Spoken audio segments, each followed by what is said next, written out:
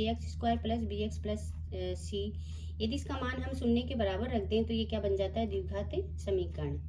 ठीक है, द्विघात समीकरण के अंदर सबसे पहले हम इसके मूल ज्ञात करते हैं, मूल और शून्य। उसमें द्विघात बहुपद में हम शून्य ज्ञात करते थे, द्विघात समीकरण में क्या ज्ञात करते हैं, मूल।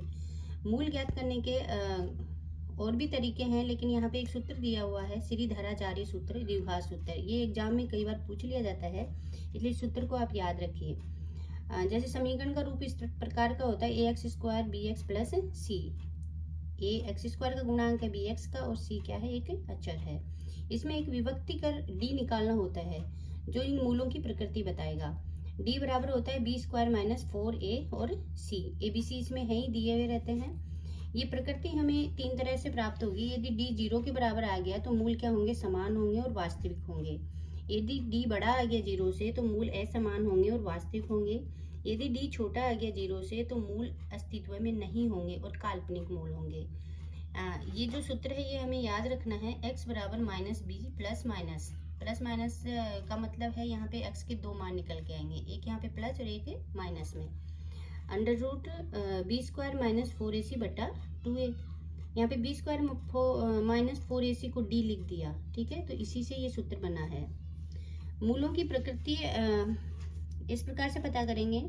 इसमें इस एक्सरसाइज में से प्रश्न इसी प्रकार के आते हैं, या तो मूलों की प्रकृति पूछी जाती है, या फिर सूत्र से मूल निकाले जाते हैं। ठीक है, या फिर द्विघात समीकरण बना करके मूल निकालवाने होते हैं।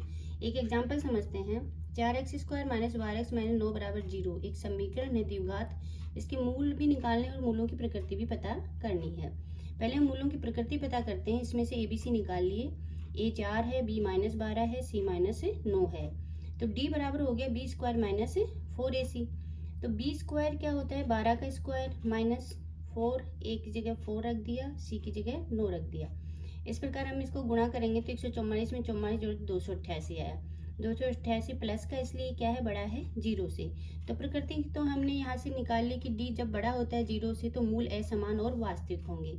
असमान मतलब भिन्न भिन्न होंगे और मूल वास्तविक होंगे। अब हम द्विघात सूत्र लगाएंगे, तो x बराबर minus B plus minus under root B square minus 4ac बटा 2a।